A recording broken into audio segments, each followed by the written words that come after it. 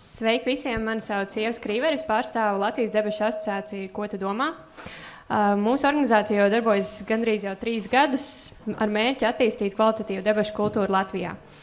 Ja arī jums šķiet, ka kritiski domājoša sabiedrība un kvalitatīva argumenti ir vērtības, kas ir svarīgas demokrātiskā Latvijā, tad noteikti iesaku sekot mums līdzi mūsu aktivitātēm sociālajos tīklos, gan Facebookā, gan Twitterī. Mēs regulāri rīkojam dažādas publiskās debates, radio debates, daudz dažādas seminārus, apmācības un citus pasākumus.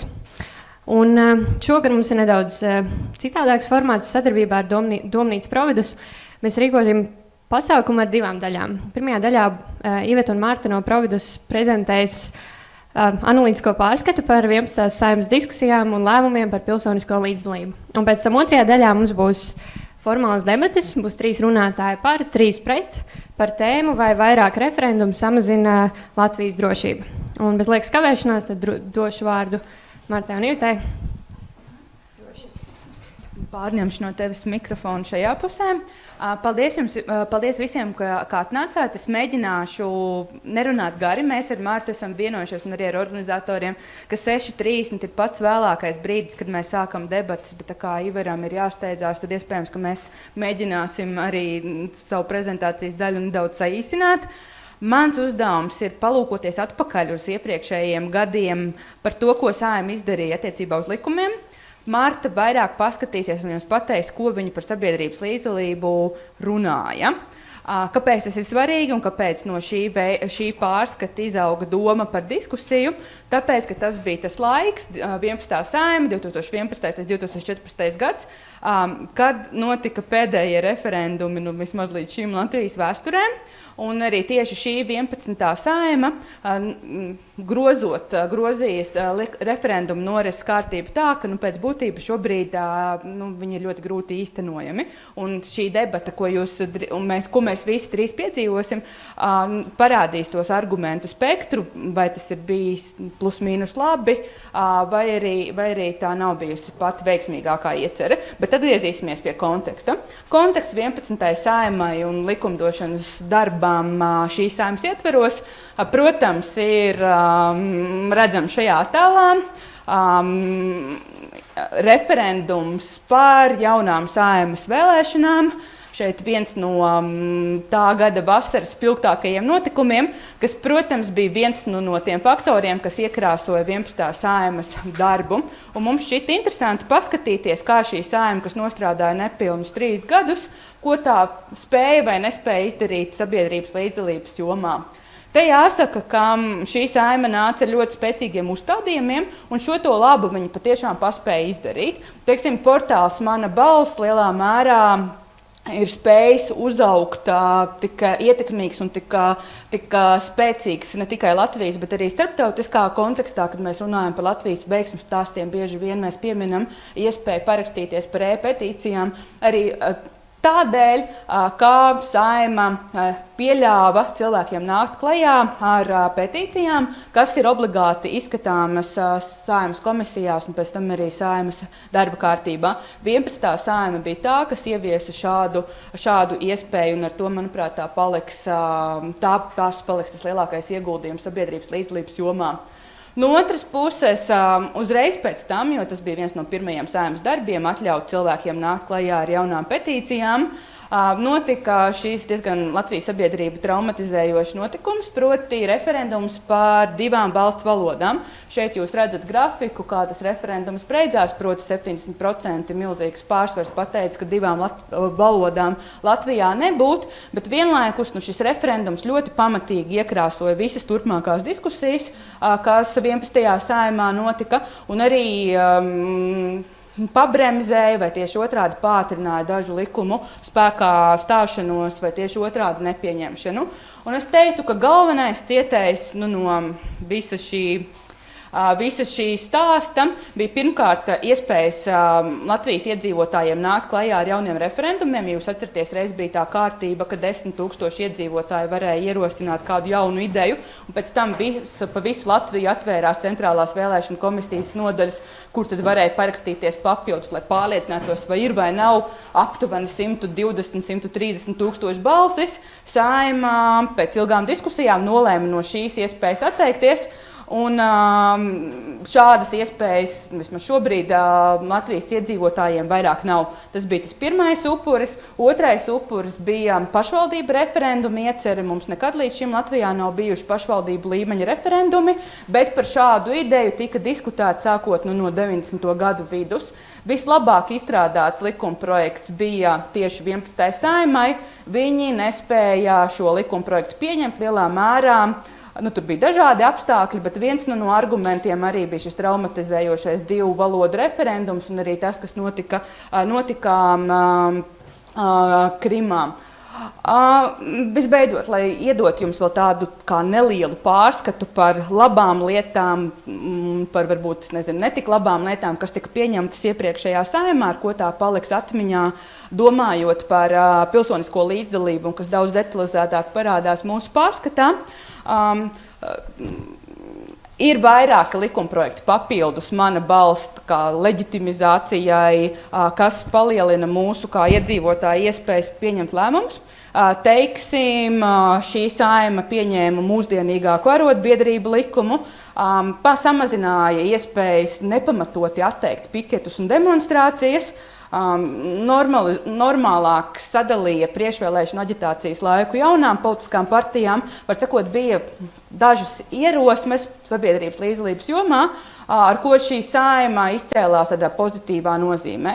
Tāpat bija vairākas ierosmes, kur Saeima nolēma nepieņemt, lai gan tās arī tā teorētiski skatoties būtu paplašinājuši mūsu līdzdalību iespējas.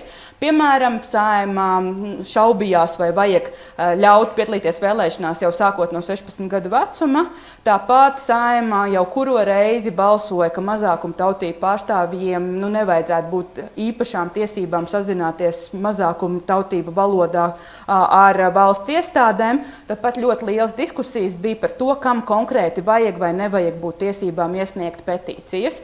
Šobrīd tas atskaites punkts ir 10 000 iedzīvotāji un tikai pilsoņi, bet starp piedāvātajiem variantiem bija arī nepilsoņi un bija arī iespēja 5000 balsu. Tā kā tas bija tas, ar ko šī Saeima būs palikusi atmiņā, tieši domājot par līdzdalības paplašināšanu.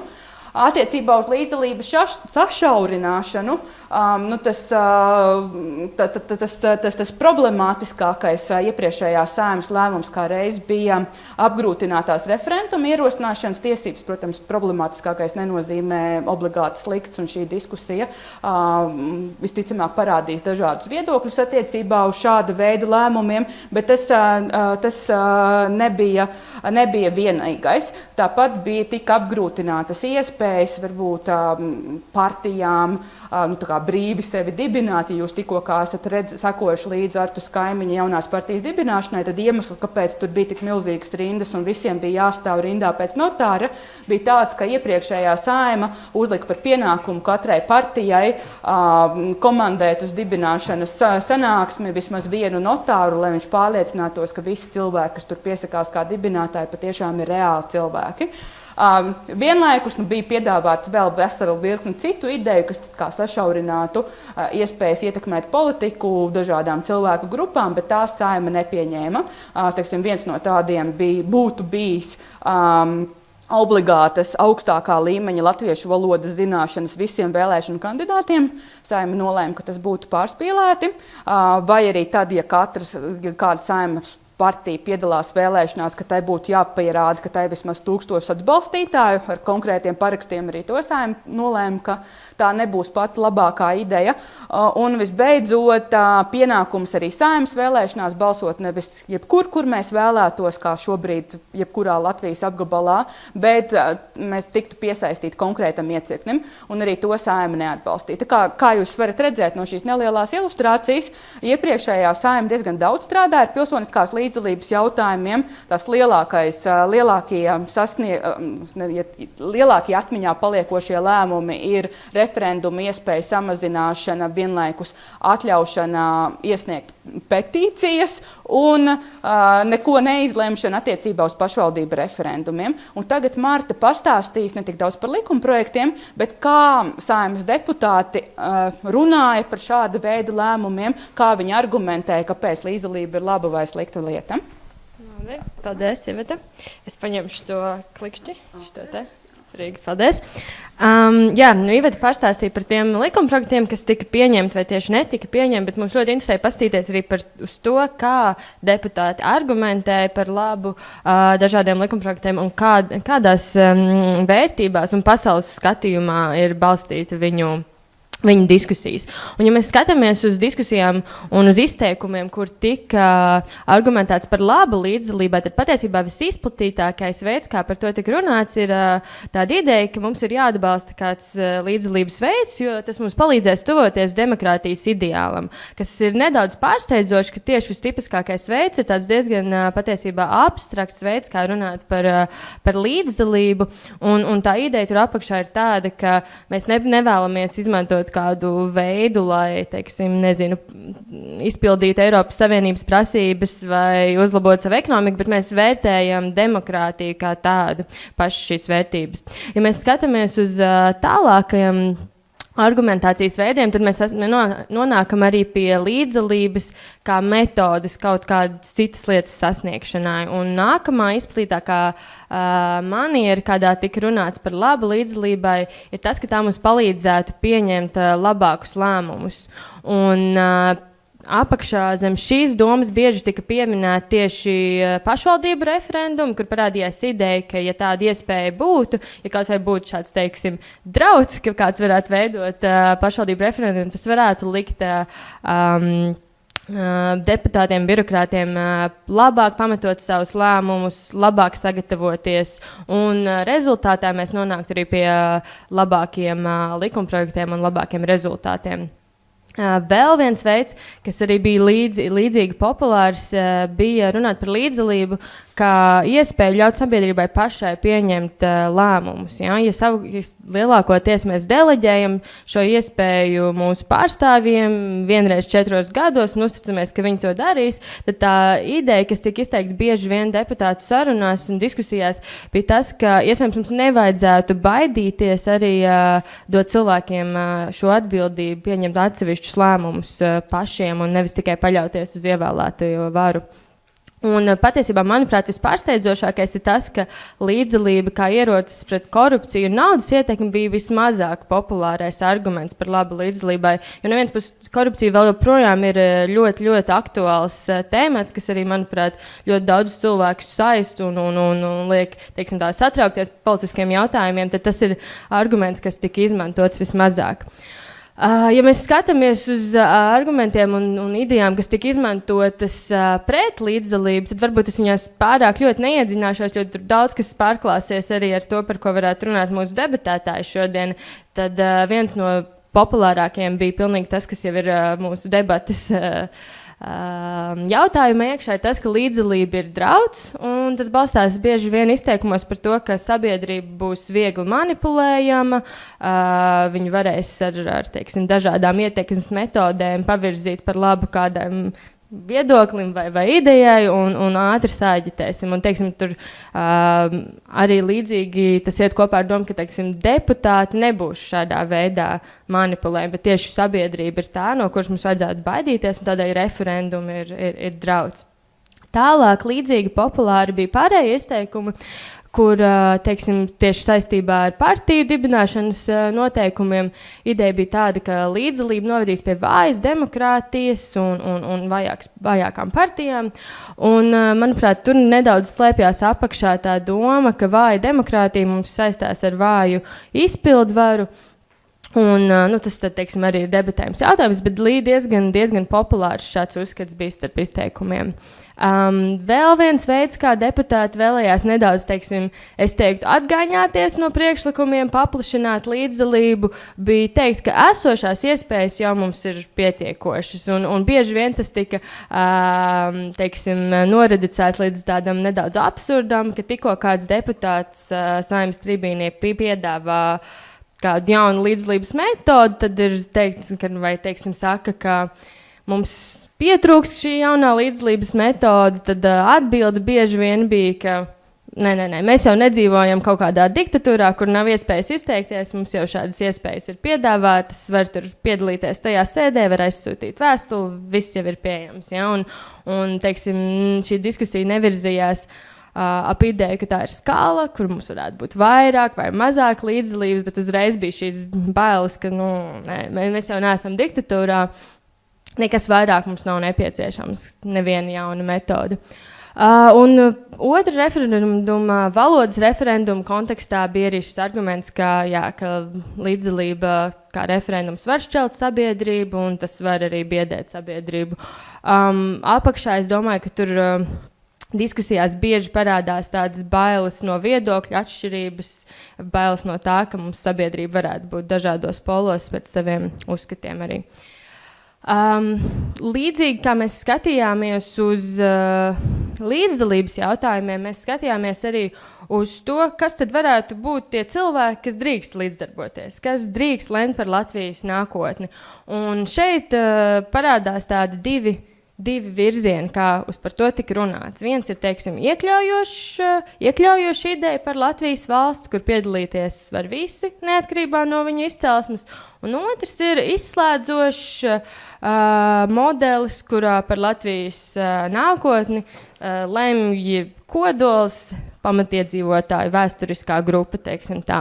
Un, ja mēs skatāmies uz šo ideju par Latviju kā noslēgtu viensētu, tad vispopulārākais tāds izteikums, kas parādījās deputātu diskusijās, bija doma par galveno etnisko grupu kā valsts politikas noteicēju. Un šeit tas būtu jāpretstāta tādai politiskai izpratnē par pilsoņiem, kur jebkurš cilvēks, kurš ir pilsonis, neatkarībā no izcelsmes, vēlē, piedalās, līdzdarbojās un ir tiesīgs izteikties par to, kas notiks valstī. Pretstatā šai idejai par to, ka valstnācija tieši būs noteicošā Latvijas politikas lēmēju. Es domāju, ka šeit es neiedziļināšos, bet arī mūsu analītiskajā pārskatā jūs varat paskatīties par to, kā bieži vien diskusijās par valstnāciju ir ļoti neskaidra tā izpratne, kas tiek tieši domāts un tiek sapludināta politiskā nācija, etniskā nācija kopā, patiesībā no vienas puses domājot politisko reāli, lietojot etnisko izpratni šim vārdam. Nākamais populārākais veids, kā tika argumentēts par tādu vairāk izslēdzošu skatījumu uz Latviju, ir tāda ideja, ka neviens nekad nevar kļūt par latvieti. Svešie nevarēs mums pievienoties. Un šajos izteikumos parādījās ļoti nicinoša attieksme arī, teiksim, pret cilvēku, kas būtu 15 gadus šeit dzīvojis, iemācījies latviešu valodu. Nē, mēs viņu nevaram pieņemt. Un tur ir tāda bailes pret citādo, ka mēs esam tādā noslēgtā viensētā un īsti nevienu sev klāt nelaidīsim. Un ļoti saistīts ar to ir arī nākamais arguments par to, ka citautieši radīs draudus. Un tie, kas ir tie iebraucēji, tie radīs draudus vairāk nekā kāds šeit. Un tas ir, protams, vienmēr interesanti salīdzināt to, kā mēs runājam par iebraucējiem, teiksim, no tuvajiem austrumiem vai no Ziemeļāfrikas, un tad salīdzināt par to kā runā Lielbritānijā par iebraucējiem no Austrumu Eiropas. Un tajā brīdī mēs esam tie draudu radītāji, mēs esam tie neizglītotie, neprasmīgie un bīstamie. Mazāk izplatīts, bet diezgan, manuprāt, biedējošs veids, kā arī argumentēt par labi tādai izslēdzošai idejai par Latviju, ir aicinājums ierobežot tiesības citādi domājošajiem. Ja tev ir citāds viedoklis, tu nedrīkst izteikties, tu nedrīksti pat kandidēt vēlēšanās, kas ir viena konkrēta deputāta izteikums, kurā bija diskusija tieši par to, vai mums būtu jādomā par Latviju kā politisku vai par nāciju kā politisku vai etnisku veidojumu, un tad tika tieši norādīts, ka šādam deputātam nevajadzētu ļaut kandidēt un nevajadzētu ļaut izteikties, kas ir ļoti, ļoti skaidrs un tieši veids, kā izslēgt citādo un saglabāt šo mītisko ideju par Latviju kā mazu homogēnu viensētu.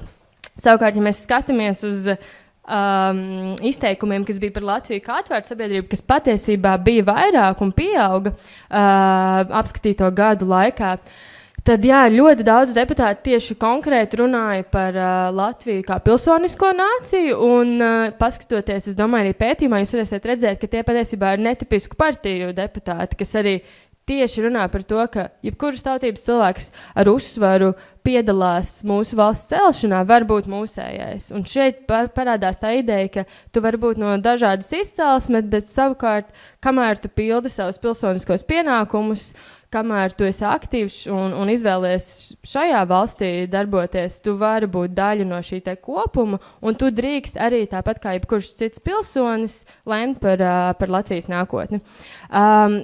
Nedaudz no otras puses tika arī bieži vien argumentēts par to, ka patiesībā arī latvietība kā tāds kulturāls koncepts var būt atvērts. Ka cilvēks, kas šeit dzīvo, iemācās valodu, iemācās kultūru, var arī pievienoties šai latviešu kulturālajai identitātei. Protams, ka tajās diskusijās paliek atvērts jautājums, kādi tad ir tie nosacījumi, kas īsti ir latvietis un ko darīt ar cilvēku, kas politiski izvēlās kļūt par Latvijas pilsoni, bet vēlēs arī saglabāt savu esošo identitāti, teiksim, savas izcelsmes identitāti. Un tad mēs aizējām pie nākamā diezgan arī izplatītā izteikuma, ka patiesībā mēs vēlamies arī atzīmēt šo mazākumu tautību vērtību, ka tieši šajā situācijā, ka tu esi pilsonis šeit, bet ar citu kulturālo bagāžu, tas ir ok. Mēs vēlamies novērtēt un atzīmēt arī šādas vērtības, un mēs redzam, ka tas ir tā kā, ka tas sastāda Latvijas bagātību būtībā. Un visu beidzot piekļaujošiem izteikumiem ir tāda fundamentāla ideja, bet kas atkārtojās gana bieži, ir tas, ka Latvija nav tikai latviešu valsts, ka tā ir atvērta valsts, kurā tieši šādā veidā kā pilsoņi var piedalīties jebkuras izcelsmes cilvēku un cilvēku no jebkuras vietas.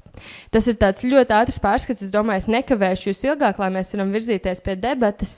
Paldies par uzmanību, un tad es došu mikrofonu Ievai. Jā, paldies Ivtai un Martai par interesanto prezentāciju, un tad tagad es aicināšu mūsu debašu dalībniekus. Tātad par pusē šodien mums debatēs Sintīta Rasova, Ivars Ieps un Andris Kudors. Lūdzu, aicinu ieņemt vietas vienā pusē, un pret viņu idejām šodien argumentēs Rasmus Filips Geks, Lauris Liepa un Marija Golubeva. Un tad šos trīs runātājus aicinu pievienoties otrā pusē. Tā, tad par pusi pret.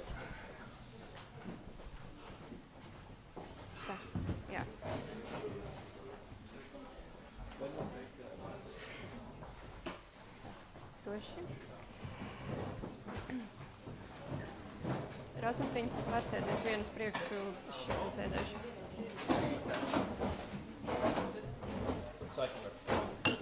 Es varu pārsēsties vienmēr un arī palikt.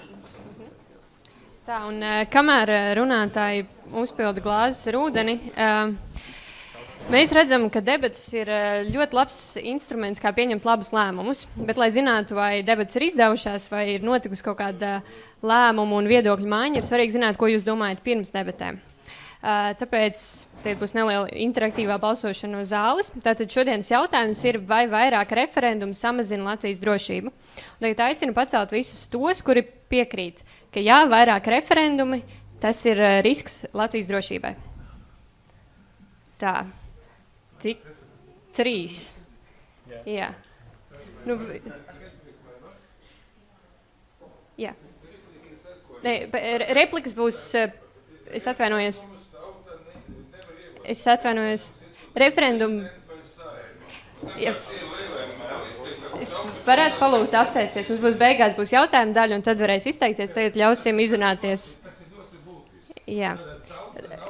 Es atvainojos, varētu nedaudz cieņu pret paneli. Viņi arī gribētu izteikties, un pēc tam būs dots vārds arī autoriem. Labi, tātad par mums ir 4. Paceliet lūdzu rokas tie, kas ir pret, domā, ka vairāk referendumu tas nav drauds Latvijas drošībai. Tā, 1, 2, 3, 4, 5, 6, 13, un tad es pieļauju, ka visi pārējie atturas. Pārējiem pašlaik nav skaidrs viedoklis par to, vai referendumi ir drauds Latvijas drošībai vai nav. Un tad redzēsim, kā pēc 6 prasmīgu runātāju runām, kā varbūt zāles viedoklis mainīsies. Tad katram būs līdz 7 minūtēm iespēja izteikties. Kad būs palikusi pēdējā minūte, es nedaudz uzstīšu uz galdu, lai jūs zinat, ka jātuvojas runas noslēgumam. Un tad bez liekas kavēšanās došu vārdu Sintijai, kas pārstāv Latvijas Universitātes debašu klubu. Labdien visiem, kas ir ieradušies. Liels prieks jūs šeit redzēt. Tad šajā runā es prezentēšu 2 svarīgus argumentus, kādēļ es uzskatu, ka referendumi ir draudz Latvijas drošībai. Runātāji Ivars un Andis prezentēs savus argumentus un atspēkos opozīcijas paustos argumentus. Es domāju, pirms mēs nonākam pie pašiem argumentiem, ir svarīgi saprast, kas ir drošība šīs tēmas ietvaros. Un mēs nevaram teikt, ka drošība ir tikai ārējā drošība vai tikai iekšējā drošība ļoti konkrētos iedzienos. Es uzskatu, ka drošības apdraudējums ir arī tas, ka mēs veicinām spriedzi starp sabiedrības etniskajām grupām. Un no šī apgalvojuma tiks izveidots arī mans pirmais arguments. Bet pirms tā es vēlos norunāt definīcijas, kādās mēs uztveram šo tēmu. Tad pirmkārt mēs runājam par reāliem referendumiem, kuru pieņemšanai ir nepieciešams lielais vairums Latvijas sabiedrības. Tā ir viena puse balstiesīgo Latvijas iedzīvotāju. Referendumi arī tiek pieņemti par atļautajām izmaiņām satversmē par konkrētiem punktiem, un tie neiekļauj tādus punktus, kā piemēram mainīt budžetu vai likums par aizņēmumiem, muitām, kara klausību, kara pasludināšanu, mieru uzsākšanu, mieru noslēgšanu vai kara stāvokļa izsludināšanu. Kā jūs redzat, referendumi nevar aiziet tādās galējībās, kurā tie tiešām apdraudētu Latvijas drošību tādā izpratnē kā karš vai kā uzbrukums kādai citai valstī. Tad mums ir jāizslēdz šādi ekstrēmi. Par definīcijām izmaiņas var tikt veikts 1., 2., 3., 4., 6. vai 77. pantā. Šos pantus es šobrīd neizklāstīšu, bet vēlos jums vērst uzmanības to, ka šie panti ir konkrēti uz kādām izmaiņām veikti. Un ar referentiem šajā debatē tiks saprast tie referendumi, kas izmaina kaut ko satversmē, un kuros nobalso pusi balstiesīgo. Un, kad esmu sniegus jums definīcijas, es vēlos prezentēt savu pirmo argumentu. Un tas būtu šāds. Referendumu var pastiprināt etnisko spriedzi sabiedrībā. Ar etnisko spriedzi sabiedrībā, es domāju, ka ļoti labi to ilustrē situācija, kādu mēs piedzīvojam 11. Saeimas laikā, kad cilvēki balsoja par 2 valodām Latvijas sabiedrībā. Šis referendums nebija vērsts uz agresiju pret kādu grupu, bet tomēr tas izvirzīja priekšlikumu, kurā mūsu valstī runātu 2 valsts valodās. Un kā mēs visi piedzīvojam, šajā situācijā tika novēroti mazāk vai lielāk konflikti, dažādi veidi saspīlējumi gan mediju telpā, gan sabiedriskajā telpā, kur cilvēki asāk vai mazāk asi vērsās pret šādām izmaiņām. Mēs zinām, ka arī šāds saspīlējums var tik definēts kā apdraudējums, jo bez saspīlējuma neveidojas situācija, kurā mēs būtu visi droši.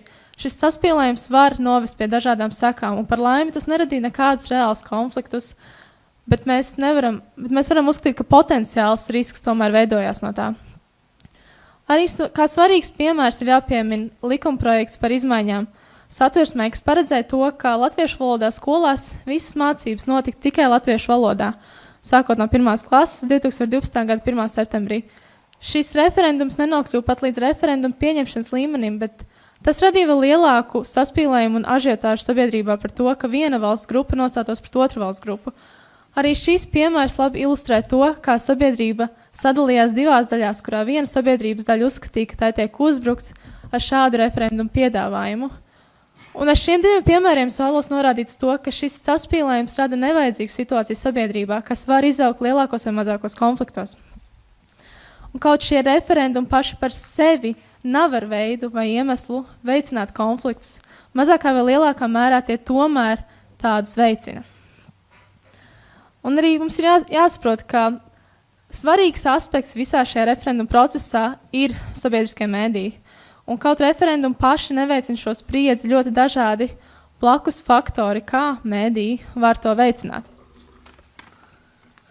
Un ar šiem piemēriem vēlos ilustrēt to, kā referendumi tomēr var apdraudēt Latvijas drošību, kāda ir šodienas tēma. Bet mans otrais arguments, ka ieviešot iespējamos pašvaldību referendumus, par kuriem jau tika runāts, mēs varētu veicināt situāciju, kurā kādas pašvaldības autonomija ir draudz Latvijas drošībai. Šī brīža status quo tomēr nenorāda uz to, ka pašvaldībām ir tiesības lemt par autonomām tiesībām caur referendumiem. Bet, ja šāds likumprojekts tiktu apstiprināts, ir jāizvērtē iespējamie draudi, kādus tas varētu nest. Un, varbūt jūs domājat, kas tieši rada šos draudus, kāda iespēja varētu kas vispār tos varētu veicināt. Ir ļoti konkrēts punkts ierosinājumā par pašvaldību referendumiem. 5. pāns, 1. punkts, kas norāda, ka pašvaldību referendums var notikt par jautājumiem, kas attiecas uz pašvaldību autonomijas funkcijām. Protams, nepārprotiet, šis punkts neapgalvo to, ka kāda pašvaldība varētu izstāties no Latvijas teritorijas. Tātad ir jāizslēdz šādi ekstrēmi, bet šis punkts aptver tādas zonas kā kultūra, izglītība, pašvaldību organizēšanās un pašvaldību kultūras saglabāšana. Šajā gadījumā, kā mēs interpretējam drošību pašvaldības vērtībās, tās var būt vērtības, kādas es jau tikko nosaucu. Un, ja mēs turpinam šo tēmu par draudiem, tad šāda situācija tomēr var rasties. Ja mēs analizējam balsojumu rezultātus, kādi parādījās balsojumā par 2 valsts valodām, mēs varam veikt secinājumus par to, kādās pašvaldībās šādas tiesības referendumu ceļā veicinātu saspīlējumu un kādās neveicinātu. Šis viss, ko es jums stāstu, pie otrā argumenta ir potenciāli, jo šāds likums šobrīd nav Latvijas teritorijā. Bet, kad runājam par šādu tēmu, ir jāsaprot, ka saspīlējums sabiedrībā ir viens no draudiem Latvijas pastāvēšanai. Un, kad esmu jums prezentējis savus 2 argumentus, vēlos, lai opozīcija tos, protams, atspēko, un es došu vārdu Rasmusam. Paldies!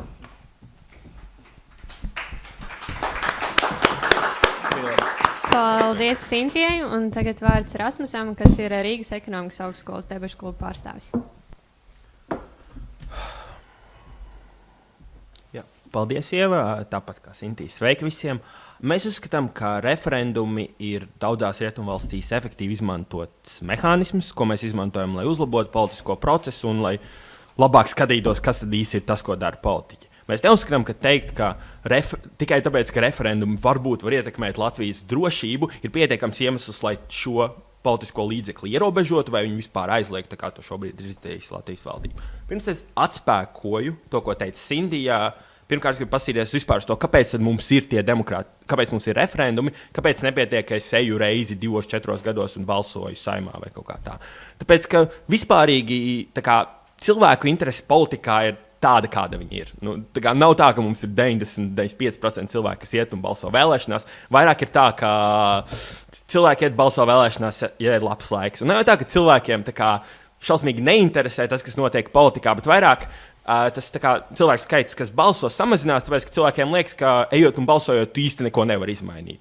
Un varbūt svarīgāk nekā tas, vai cilvēki iet un balso, ir tas, kā mēs ejam un balsojam. Tāpēc, kad es eju un balsoju, es nebalsoju par, lielākā daļa cilvēku nebalso par konkrētiem priekšlikumiem, par konkrētām lietām, ko partijas grib darīt, bet vairāk cilvēki balso par partijām, kas pārstāv viņu ideoloģiju. Tas tā ir Latvijā, tas tā ir arī citur Rietumē Eiropā un visur pasaulē. Tad es eju balsot Saeimas vēlēšanās, pašvaldību vēlēšanās, esmu mazākumtautību pārstāvis Latvijā, es balsoju par Saskaņas centru, ja esmu latvietis, es balsoju varbūt par vienotību, ja esmu ļoti spējīgs latvietis un īsts latvietis, es balsoju par Nacionālo apvienību vai kaut kā tā. Bet, reāli tas tā ir, un tā pilsoņu iesaiste tādā mērā arī paliek. Es aizēju nobalsoju par partiju, kas pārstāv manu ideoloģiju.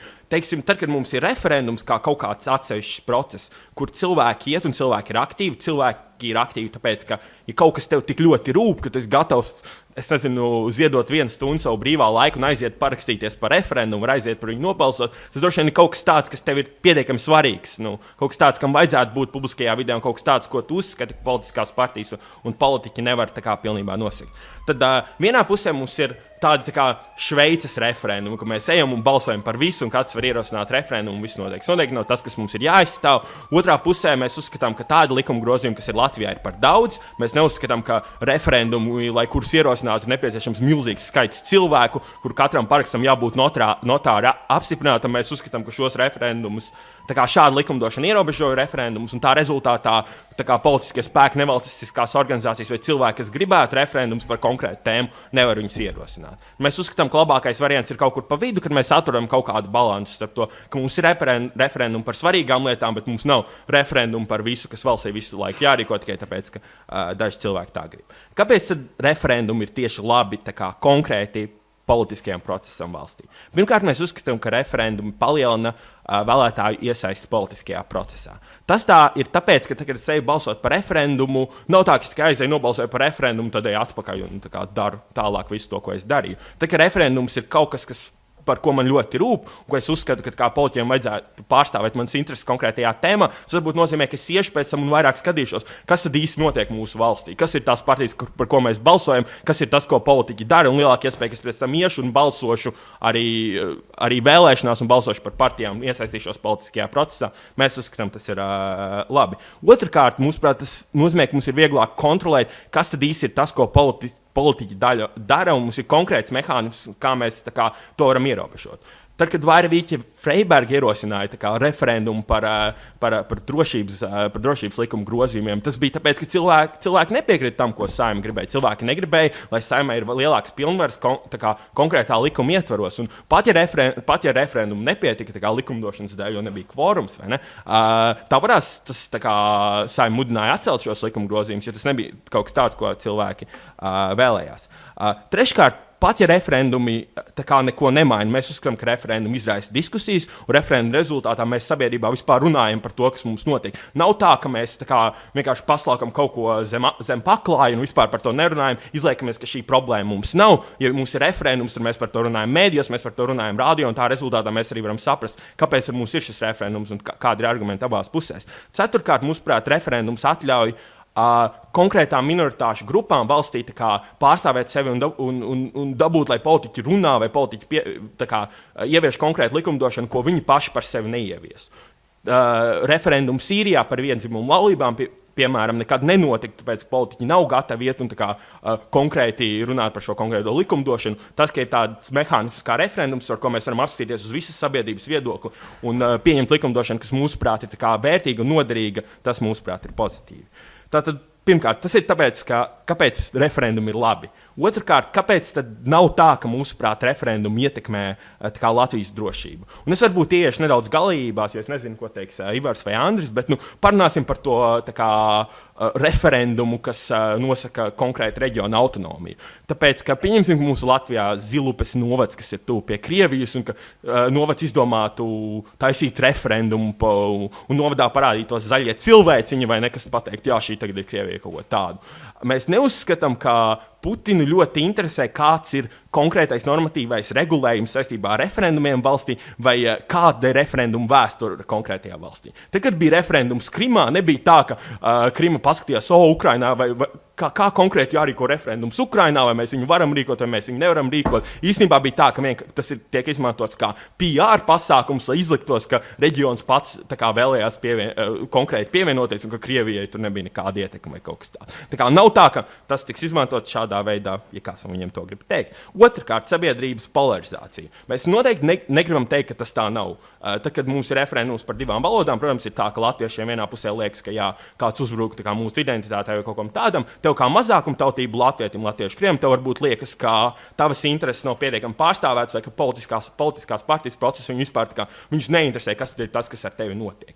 Bet referendums konkrēti kā tāds nav tā, ka viņš pēkšņi šo polarizāciju izveido. Tā polarizācija ir eksistējusi, viņa turpina eksistēt vispār sabiedrībā kā tādā. Referendums labākajā gadījumā viņu nedaudz pasliktina. Bet no otras puses tā vietā, lai politiķi izliktos, ka nekas tās nenotiek, politiķi izliktos, ka tas nav svarīgs, mēs par to runājam un mēs vispār dodam partijām kaut kādu iniciatīvu, mēģināt atrast labāku risinājumu, kā integrēt varbūt Krievijas minoritāti Latvijā. Tas, ka Vējonis saka, ka integrācijas politika šobrīd ir slikta un ka to vajag uzlabot, nenotiek vienkārši tāpatās tāpēc. Tas notiek tāpēc, ka mums ir diskusijas un mēs runājam par to, kā mēs varam labāk sadzīvot Latvijā. Treškārt, paldies, Rasmus, ar to arī beigsim, kā mēs varam labāk sadzīvot Latvijā. 7 minūtes ir pagājušas. Paldies!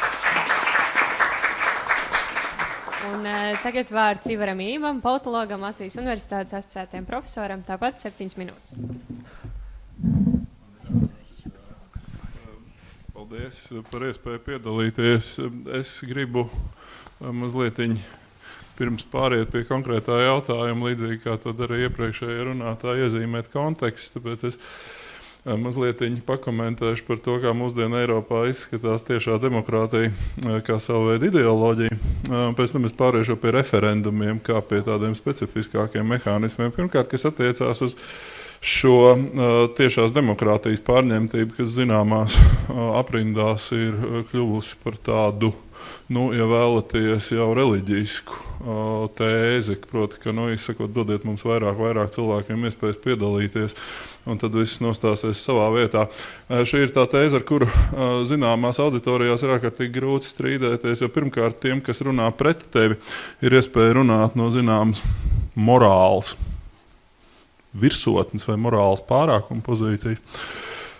Otrām kārtām ir arī pavisam skaidrs, ka tur ir runa par tādu credo quid absurdum est, vai ne, respektīvi, kas es ticu tam, kaut arī tas ir absurds, un nevis pat kaut arī tas ir absurds, bet es ticu tam tieši tāpēc, ka tas ir absurds. Bet, ja mēs runājam par šo pārņemtību ar tiešo demokrātiju, tad es atļaušos apgalvot, ka tur ir, protams, diezgan nopietnas problēmas, leģitimitātes problēmas visās Eiropas demokrātijās. Tā skaitā vecajās, kurās ir redzams, ka zināms varas un sabiedrības attiecību modelis aiziet nebūtībā. Tas ir tas, kā saka, klasiskā starpkara perioda, bet augstā kara laika labklājības valsts. Proti, vienkārši masveidīgi iedzīvotāju kukuļošana. Vai ne? Zem tāda, ja vēlaties, amerikāņu kodola lietu sargi. Tam ir jāmeklē kaut kādas alternatīvas šim modelim, un tādēļ, kā saka, par cik mēs tos pabalstus vairāk nevaram dot, mēs mēģinām jums atrast līdzdalības iespējas. Tas ir ļoti lielā mērā stāsts par kompensāciju. Proti, mēs jums nedosim naudu un pabalstus, mēs jums dosim iespējas līdzdarboties dažādos veidos. Labi apzinoties to, ka tā līdzdarbība ļoti daudzos gadījumos ir tāds placebo, vai ne? Zinat, tā kā jebkurā liftā ir poga, ar kuru jums liekas, ka jūs varat ciet durvis, kaut arī īstenībā tās durvis neaizverās ātrāk nekā tad, ja jūs viņu nespiesat to pogu. Bet tas ir kļūst par tādās īpaši kreiso aprindās rietumā ļoti tādu burvīgu sloganu, proti tas, ka dodiet mums pēc iespējas vairāk līdzdalības, un ka tad tas atrisinās visu, ka tas ir tas, uz ko mums ir jāiet, bez tā nevar, īpaši tādēļ, ka internets, kā komunikācijas tehnoloģijas pavēr šādas iespējas, par kurām mēs esam pārliecinājušies arī Latvijā, ka tas ir iespējams dažādos veidos cilvēkiem līdzdarboties, un tādā veidā viņi kļūst iesaistīti. Vai, izejot no tā, kas tika teikts iepriekš, ka, kā saka, katra cilvēka intereses tiek ņemtas vērā. Pievērsiet uzmanību, izejot no prezumcijas, ka katrs cilvēks tiešām zina, kādas ir tās viņa intereses, un nevis gaida, ka viņam tās intereses kāds nolaidīs no augšas, kā tas parasti notiek. Lūk, un tagad pārējot jau mazliet pie referendumiem. Referendumi, man liekas, ir ļoti jauka lieta. Patiesībā Latvijā tiesa gan pati tēze par to, ka referendumi nekādos apstākļos nevar radīt draudus Latvijas drošībai, ir apgāsta pašā Latvijas satversmes tekstā ar sveicienu kolēģim Laurim Liepam, jo tur tiek runāts par to, ka ir vesela virkne ar jautājumiem, par kuriem nedrīkst rīkot referendums. Tas nozīmē to, ka kā minimums satversmes tēvi ir saskatījuši potenciālu bīstamību tajā, ka par šiem jautājumiem tiktu rīkot referendumi. Vai tas tā ir? Es nedomāju, ka līdz šim Latvijā referendumi būtu kaut kādā ziņā apdraudējuši šeit demokrātijas pastāvēšanu, bet ir skaidrs, ka demokrātija vienmēr ir saistīta ar zināmu risku. Vai ne? Proti, ir sabiedrības, kuras ir gatavas vairāk uzņemties risku un teikt, ok, ejiet un balsojiet par jebkuru jautājumu, viss būs kārtībā. Vēlēšanas jau arī ir risks. Jūs nezināt, ka Artus Kaimiņš nesaņems vairāk par 50% balsu nākamajās Saeimas vēlēšanās. Visdrīzāk nesaņems, bet jebkurā gadījumā arī vēlēšanas paredz risku, vai ne? Proti to, ka kaut kas var notikt traks, vai ne? Bet mēs ejam uz to risku, mēs neatcelsim vēlēšanas, vai ne? Bet ir sabiedrības, kurās tas riska tolerances līmenis ir augstāks un riska tolerances līmenis ir zemāks. Latvijā iespējams arī gan vēstures, gan arī Krievijas federācijas pēdējā laika uzvedības un tā tālāk dēļ šis riska līmenis ir krietni nolaidies. Proti, mums tā latiņa ir krietni zemāk tapus. Vai tajā ir kaut kas nenormāls? Vesela virkne ar Eiropas klasiskajām demokrātijām, uz kurām mēs skatāmies, vismaz esam esam lielākoties skatījušies līdz šim kā uz tādām savu veidu paraugu, tur Vācija, Francija, Nīderlanda, Lielbritānija, tā tālāk. Viņas lielākoties ir pēc kara veidojušās kā ļoti ierobežotas demokrātijas, tādas demokrātijas, kuras neplosās ar referendumiem. Tur ir maz referendumu, Vācijā vispār nav federālā līmeņa referendumu, Britiem ir, kā mēs zinām, katrs referendums ir atsevišķi likumi, un tā tālāk, kur mēs visi gaidām līgo vakaru, un tā tālāk, šito stāstu man jums nav jāstāst atsevišķi, bet es gribu pievērst jūs uzmanību, ka visas vecās Eiropas demokrātijas ir attīstījušās pēckara laikā, izveidojušās tās skaistās, vai ne? Rietuma Eiropas demokrātijas bez referendumiem, pie tam arī dažādos citos veidos ierobežojot demokrātiju, piemēram, Satversmes tiesas, konstitucionālās tiesas ir šī laika produkts, un kas gan cits ir konstitucionālā tiesa, ja ne demokrātijas ierobežošanas instruments, kas ierobežo ne to tiešo, bet arī parlamentāro demokrātiju, vai ne? Citiem vārdiem sakot, mēs redzam, ka vesela virkne ar tīri labām, advancētām rietumu demokrātijām, kurām Latvija tradicionāli gribējusi piedalīties, ir iztikušas bez masveidīga šī institūta rīkošanas. Protams, man tur var bāzt sejā Šveici, vai ne, kas ir federācija, vispār veidojusies kā kantonu savienība un tā tālāk. Jā, bet redz, kā tu tā teikt vērsies pret Šveices burvīgo piemēru. Pastaigājiet bišķiņu apkārt ārā no centra, vai ne, aizbrauciet kaut kur uz laukiem, un jūs tur Šveici tādu redzēsiet. Ka mazums nav, te ir piedošanas sabiedrība, kurā katru gadu 8000 vecākiem tiek atņemts vecāku tiesības. Tur ir vairāk, tā teikt, pietiekoši liels kolorīts skaits Latvijas pilsoņu, kur uzskata, ka nodokļu nemaksāšana ir pilnīgi normāla lieta, un tā ir tā mūsu Šveice. Vai ne? Un tad ir jautājums par to, vai jūs gribat uzticēt, vai ne? Šādā auditorijā vēl paplašināt iespējas cilvēkiem rīkoties ar dažādiem tiešās demokrātijas instrumentiem, bet paši, es tūdās beigšu, katrā gadījumā paši referendumi jau arī varbūt nav tā veiksmīgākā tiešās demokrātijas izpausme. Sāksim ar to pirmkārt, tāpēc, ka tiešā demokrātija referendumu vairumā gadījumu ir lielākoties elites iniciēti, kā mēs to burvīgi redzam, tāpēc, ka šādā veidā elites veido sev leģitimitāti noteiktās situācijās. Ja. Otram kārtām referendumu lielā problēma ir tā, ka tā ir kategoriski. Tur ir vai jā, vai nē, tur ir jautājums, tur nav kaut kādas pustoņi, tur nav nekādi kompromisi. Tur jūs esat pat 2 valsts valodām, ja jūs neesat pat 2 valsts valodām. Un that's it, vai ne? Jā, tieši tā. Tas nav. Un trešām kārtām, un ar to es arī beidzu. Jā, es atļaušos savu trešo lietu pateikt. Jūs varat iedomāt. Labi, uzredzēšanos. Paldies, Ivaram. Ļoti labi visiem sanāk tādam zīmīgām frāzēm tieši beigt, ka tās 7 minūtes ir pagājuši. Tagad vārds Laurim Liepam, zvērnātam advokātam, kas savukārt ir pretpusē šai tēmai. Jā, liels paldies. Pateicos par iespēju jūs uzrunāt. Sēdēju un nedaudz arī pierakstīju. Un, protams, kā jau tas ir ierasts manā profesijā, vispirms es gribētu noskaidrot tos terminus, ar kuriem mēs šeit operējam. Pirmkārt, kas ir tauta? Kad mēs runājam par tautu, tad ir jānošķir etniskais jēdziens latvieši vai latviešu tauta no politikā lietotā jēdziena Latvijas tauta. Un pie jēdziena Latvijas tauta piedaram mēs visi, tā skaitā arī ne tikai etniski latvieši, krievi, grieķi, poļi un tā tālāk, bet arī tie pie citām tautām piederošie Latvijas iedzīvotāji, kuri nav pilsoņi. Tātad te ir runa par vienu diezgan plašu kopu. Otrakārt, un tas ir ļoti svarīgi šodienas diskusijas kontekstā, jēdziens likumdevējs. Ivars pieminēja satversmi, kurā ir pietiekami precīzi jau doti vairāk ļoti būtiski izejas punkti. Šodienas diskusijai tā skaitā ir ļoti svarīga tēze, ka Latvijā ir 2 likumdevēji. Saeima ir tikai pakārtotais vai atvasinātais likumdevējs, primārais likumdevējs, protams, ir Latvijas tauta.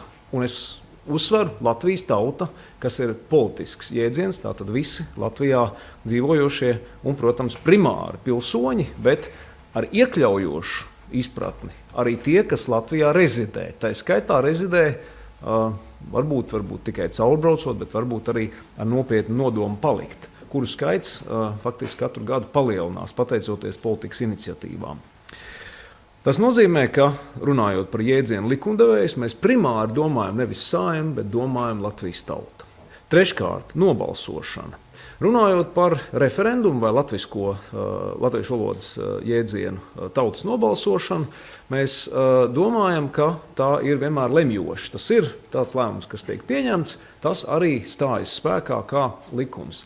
Taču ne tikai šāda veida nobalsošanas paņēmieni ir pieļaujami, varbūt arī, piemēram, konsultatīvie referendumi vai tāda veida nobalsošana, kura, zināmā mērā, deleģē jau tālāk likumdevēju izstrādāt kādu noteiktu iniciatīvu. Un šeit es gribētu vērst jūsu uzmanību, ka noteikti piekrītot kolēģi Ivara norādēja par referendumu kategoriskumu pēc to dabas. Tieši tā, jums ir jautājums, uz kuru ir jāatbild, un tam ir jābūt maksimāli vienkāršam. Tāpat laikā šis jautājums var ietvert arī deleģējošo iespēju, un proti, vai uzdot, izstrādāt noteiktu iniciatīvu, kā piemēram. Trešais termins – pašvaldību referendumi. Mēs, protams, runājot par nobalsošanām, galvenokārt saskatām pro un kontra argumentus lielajos visas tautas referendumos, jo mums ir vairāk ļoti spoži piemēri. Piemēram, neviens vēl pagaidām nav pieminējis, bet ļoti elegants referendums, kurš tā arī nenotika, par Latvenergo neprivatizēšanu. Slikts piemērs, protams. Elegants 90. gadu ekonomiskās diskusijas produkts. Kāpēc referendums nenotika? Tāpēc, ka likumdevējs nobijās. Manuprāt, elegants piemērs. Likumdevējs pasteidzās pieņemt un par likumu, ar likumu nostiprināja to prasību, kuru sociāldemokrāti, profesori Bojāra vadībā, aicināja tautai likt priekšā kā referendumu jautājumu. Skaidrs, ka likumdevējs labi saprata, ka šeit viņiem nav izredzes. Tūlīt pat tas ir jāizdara pašiem, jo citādi profesoram Bojāram un viņa partijai būs pluspunkti klāt. Taču, diemžēl, neviena šāda laba piemēra mums nav no pašvaldībām, kaut arī tur ļoti prasītos. Esmu vismaz daļēji jūrmalnieks, un līdz ar to jūs noteikti arī labi zināt, Jūrmalā ik pa brīdim ir iniciatīvas, kuras pamatā izvirza Jūrmalas aizsardzības biedrība, kas mērķtiecīgi un apzinīgi nav politisks spēks. Tā ir biedrība. Tātad tā ir, ja gribat sacīt, tā ir sociāla kopa, tā ir kopa, kuru veido cilvēki, kaimiņi, kuriem ļoti nepatīk atsevišķas politikas iniciatīvas, kas notiek pašvaldības līmenī, taču tā nav nolēmusi doties politikā. Un līdz ar to tā arī ir tik bīstama. Jo Latvijā faktiski mēs uzskatām, ka tas process, kurā iedzīvotāji iesaistās, tam ir jābūt partijiski politiskajam procesam. Un ārpus partiju politikas šo procesu cenšas dažādi ierobežot. Diemžēl arī visnotaļ manis ļoti respektēta institūcijas Atvērsmes tiesa, kura savā nesenajā spriedumā atzina, ka visās vēlēšanās izņemot, ja tās ir mazo pašvaldību vēlēšanas, kur ir mazāk kā 5000 iedzīvotāji, drīkst piedalīties tikai politisko partiju saraksti, kuros, protams, arī var startēt bezpartijiski cilvēki, bet tās ir partiju sarakstu vēlēšanas. Un tas nozīmē, ka faktiski šobrīd mūsu politiskajā diskursā, politiskajā diskusijā mēs vairāk orientējamies uz partijām, tāpēc arī Artus Kaimiņš dibina partiju. Kāpēc viņš nav biedrība? Tāpēc, ka citādāk viņš neko nevar panākt. Un līdz ar to mēs esam izslēguši no politiskā procesa daudzus cilvēkus, kuri labprāt tajā piedalītos, bet tādēļ, ka tie nevēlās būt partijiski grupēti, partijiski sadalīti un ietonēti. Tie paliek malā. Tā kā tie paliek malā, tad viņu balss, viņu viedokli neievēro atvasinātajā likumdevējā Saeimā. Un šīs balsis neievērojot, tās zināmā mērā paliek ārpusē. Šeit Rasmus ļoti eleganti un, manuprāt, labi formulēja to būtisko paradigmu, kas ir, manuprāt, kritiska paradigma, kā paliek ar neievēlēto un nepārstāvēto minoritāšu tiesībām. Ne tikai etnisko, ne tikai, piemēram, seksuālo, ne tikai sociālo, bet dažādu citu minoritāšu tiesībām, kuras ievēlētie politiķi var atļauties neredzēt, nedzirdēt un ignorēt. Neviens viņus nepārstāv Saeimā. Faktiski tas ir arī statistikas jautājums, bet ir ļoti interesanti, ka Saeimā ir vairāk kā 10% salasās kopā no tiem tātad Latvijas iedzīvotāji vairāk kā 10%, varbūt jūs zināt precīzāku skaitli, tie cilvēki, kuru balss aiziet garām, kuri balso par mazajām partijām un kuras tātad tiek pieskaitītas citiem proporcionāli, kā arī tiem, kuri neaiziet uz vēlēšanām. Tā ir Latvijas tauta, kura netiek pamanīta un kura netiek pārstāvēta politikā. Referendumi ir viena no iespējām šo tautas daļu pamanīt. Un es atgriežos, ņemot vērā, ka man ir jau laiks pie beigām, 45 sekundes palikušas, pie tā, ka pašvaldībās šie referendumi patiešām, pat ar visu risku, ka ir kultūras autonomija vai iespējams pat risks pierobežas pašvaldībām, lielākas simpātijas pret lielākām valstīm ar augstāku, tā teikt, politisko magnetismu, Tomēr pašvaldībā šos referendumus vajadzētu atļaut, jo pašvaldību referendumi ļauj cilvēkiem pārkāpt pāri 4 gadu stigmai, ko rada politiķi, kuri tur ir ievēlēti un, diemžēl, atkāpjas un nodod savus vēlētājus. Vēlētāji, diemžēl, viņus nevar pilnībā atsaukt, tas ir vides ministra rokās, kuri, kā jūs zinat, gandrīz vienmēr ir pakļausīgi noteiktiem politiskiem spēkiem un neinteresējās par pašvaldību vēlētāju viedokli. Līdz ar to tas, kas mums paliek pašvaldībās, referendums, tā būtu reāla iespēja. Paldies, atvainojiet, ka tik īsts laiks.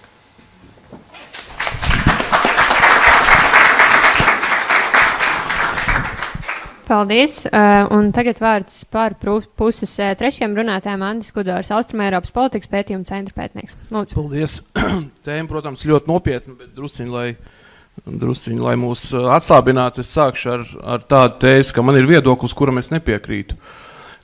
Šo es saku ar joku, protams, vienkārši vadoties no tā, ko man ir mācījuši Latvijas Universitātes sociālo zinātņu profesori.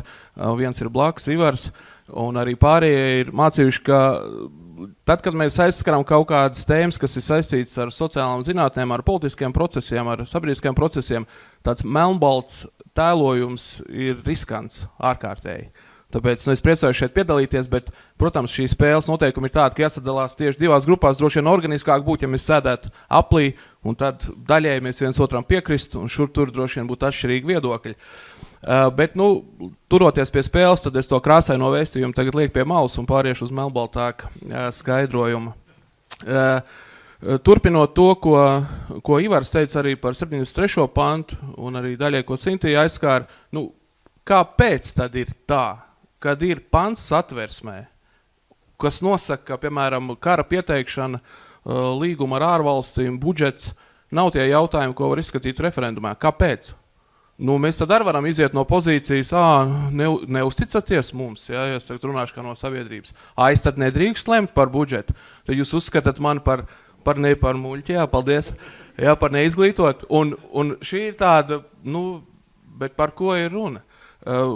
Viens no tā kā te intelektuāli pulciņš ir, tad drīkst piesaukt arī teorētiķis, es domāju, Roberts Dāls kā viens no demokrātijas zīmīgiem, jeb slaveniem teorētiķiem ir nosauc 5 punktus, kas ir minimums, tātad demokrātija. Tas nav runa pat par konsolidētu demokrātiju, kur visi zobratiņi ir ieļot un viss rulē, bet runa ir par tādu minimumu, lai vispār viņi būtu kā sistēma darbotos.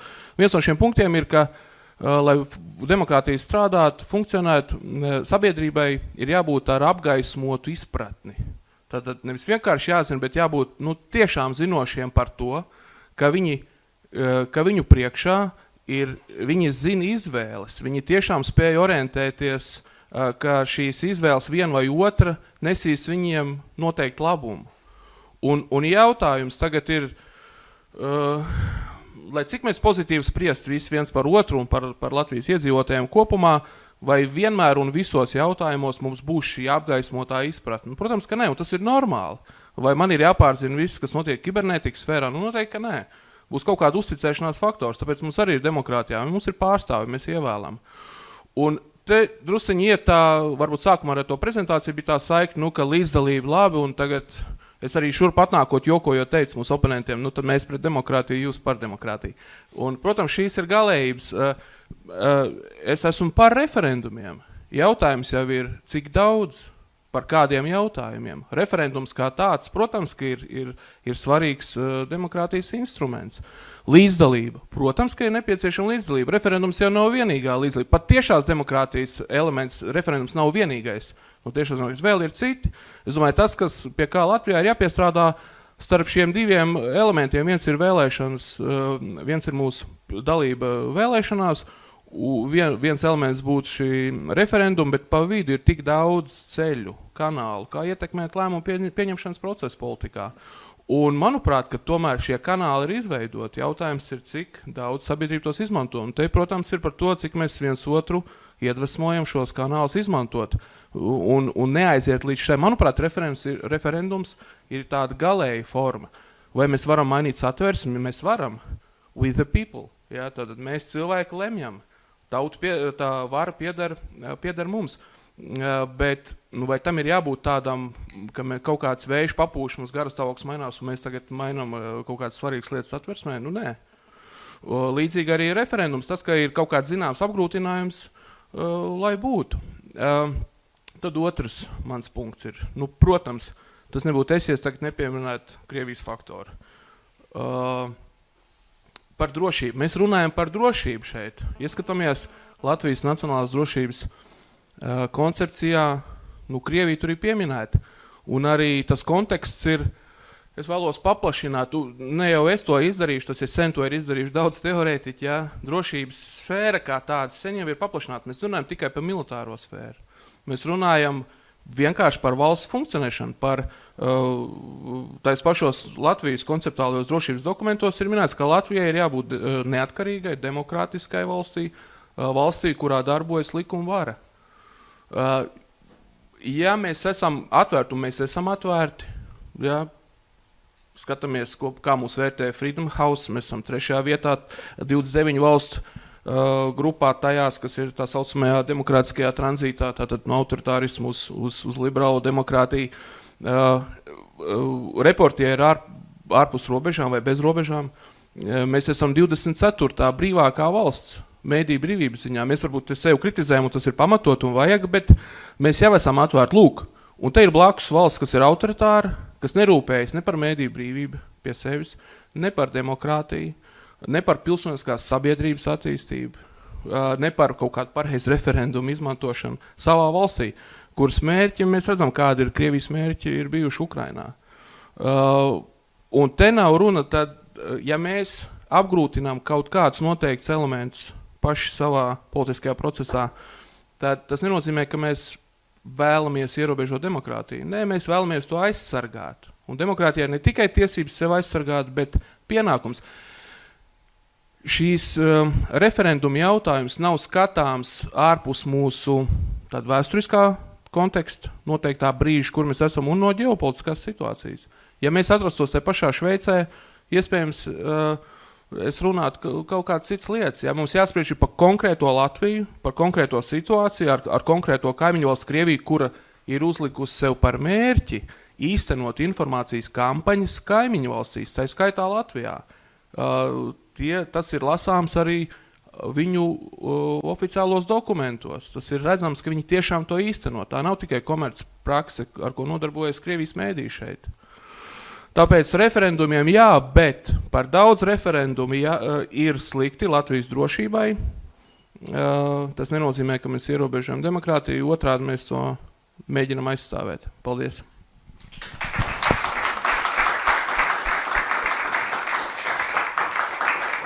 Paldies, Andim, un tagad vārds Marijai Golubavai, Providus pētniecei. Paldies.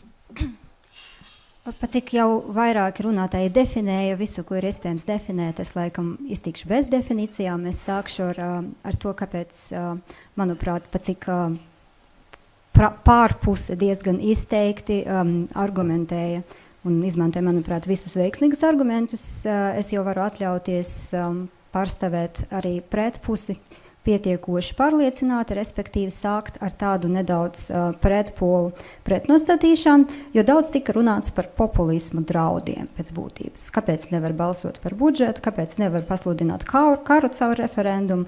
Protams, tāpēc, ka tas ir noteikts populismu draudz, kad lēmums netiks pieņemts izsvērti. Un arī tika piesaukt gan apgaismotas sabiedrības nepieciešamība, lai pieņemtu lēmumus, gan arī tika piesaukta tā Latvijas sabiedrības nepietiekoša brieduma pakāpe ar visu nodokļu nemaksāšanu un tā tālāk. Manuprāt, mums te jāskatās arī uz otro pretpolu, tas ir uz aizbildnieciskumu, jeb uz paternālismu.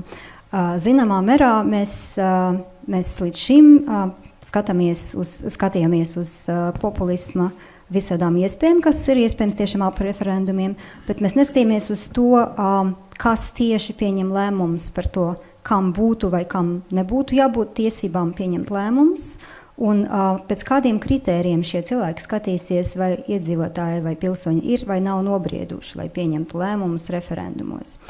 Un šeit ir vairāki apsverumi. Pirmkārt, es gribētu arī piesaukt demokrātiju, kas, protams, ir viens, Latvijas satversmē, viens no svarīgākajiem pantiem nosaka, ka Latvijas valsts ir demokrātiska valsts. Ja mēs skatāmies uz to, ko nozīmē demokrātija, tad es tomēr atļaušos atgriezties pie vienas definīcijas. Vairāki teorētiķi, tā skaitā Eiropā, droši vien viens no ievērojamākajiem dzīvajiem vēl demokrātijas teorētiķiem, Giovanni Sartori, diezgan trāpīgi jau 80. gados pamanīja, ka mēs saucam mūsdienu rietumu valstis par demokrātiskam. Tas ir nepilnīgs apzīmējums. Realitātē tās ir liberāli demokrātiskas. Tas nozīmē, ka tās definē individa brīvību kā vienu no svarīgākajiem demokrātijas nosacījumiem un nevar iedomāties rietumu demokrātiju bez individa brīvības. Bet individa brīvība nav statiska parādība. Tā mainās ar laiku atkarībā no tā, kā attīstās sabiedrība un civilizācija. Un, teiksim, tās brīvības, ar kurām pietika 19. gadsimta vai 20. gadsimta sākumā, ar tām vairs nepietiek 21. gadsimtā. Un dažreiz šī atziņa nāk caur, to, kā Lauris sauca par atvasinātu likumdevēju, jeb caur parlamentu un politiķiem, un dažreiz šī atziņa nāk caur sabiedrību. Dažreiz sabiedrība ātrāk nobriest paplašināt individa brīvības nekā politiska elite. Un referendumi dod šo iespēju. Es domāju, ka tas pats īrijas referendums, kas tika jau piesaukts, ir viens labs piemērs. Otrs arguments, kas ir saistīts ar to, kāpēc nevajadzētu pārāk aizbildnieciski pieiet šim jautājumam, ir arī tas, kā jau Ivars piesauca pēckara demokrātijas, pēckara demokrātijas teorētiķi Almans un Verba diezgan neparprotami norādīja, ka pilsoniskā kultūrā ļoti svarīga dimensija ir tā saucama afektīva dimensija, jeb cilvēku sajūtas, emocijas par savu politisko līdzdalību. Un tajā līmenī, protams, ir ļoti svarīgs tāds iedziens, ko latviski es īsti nezinu, ka labi apzīmēt, bet angliski to sauc par project ownership. Cilvēkiem jābūt sajūtai, ka viņi ir saimnieki, ka šis ir viņu projekts, ka šī valsts, jebkura valsts ir projekts, vienalga cik 1000 gadus tā pastāv, ka šis ir arī viņu projekts un ka viņiem šeit ir teikšana.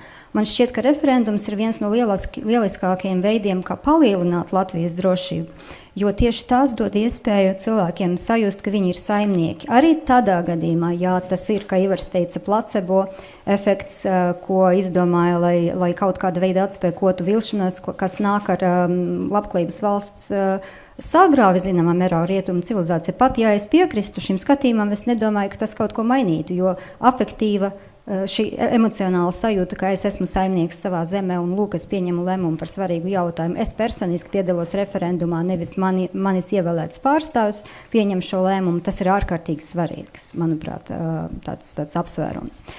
Un visbeidzot, runājot par aizbildnieciskas, teiksim, tā politikas bīstamību, man šķiet, ka pastāv arī varbūtība, kā tieši domājot par to, kā līdzdalība apdraud šo demokrātiju vai valsts vai neatkarīgas valsts pastāvēšanu, politiska elite bieži var nonākt situācijā, ka tieši līdzdalības neesamība vai, teiksim, tā slikta publicitāte, kas nāk ar līdzdalības neesamību, var vairāk apdraudēt neatkarīgas valsts pastāvēšanu, jo neviens jau nav teicis, ka, teiksim, piemēram, deputāti vai valdības locekļi ir pilnīgi imūni pret jebkāda veida nepārdomātiem vai ļaunprātīgiem soļiem, kas varētu nākt par sliktu valsts neatkarībai un drošībai. Un no otras puses iedzīvotāji, kas pieņem lēmumus pēc, protams, jebkurā gadījumā pēc kampaņām, kas notiek pirms jebkura referenduma,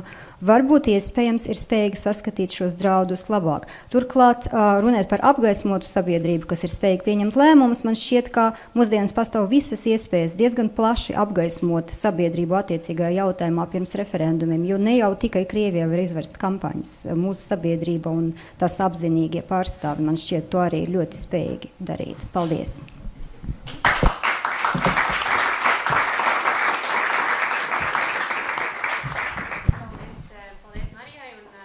Paldies visiem par interesantām debatēm. Un tad tagad šeit tomēr bija tas melns un balts par un pret. Tagad būs tāda vakara krāsainākā daļa jautājumu no auditorijas. Pirms mēs sākam, divi noteikumi nelieli. Pirmais ir, pirms uzdodam jautājumu, identificējam vārds uzvārds, varbūt kādu organizāciju, ko pārstāvat. Un otrais lūgums būt īsiem un tiešām uzdot jautājumu, nevis izplūst garās esejās un komentāros par to, ko jūs par šo lietu domājat. Jā, mums vienīgi te... Jā, tad... Labi.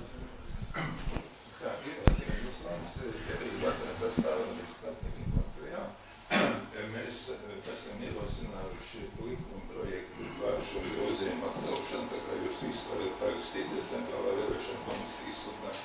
Un ir jums mēs esam pārliecinājušies par tām drausmīgām nepilnībām, kā tas ir.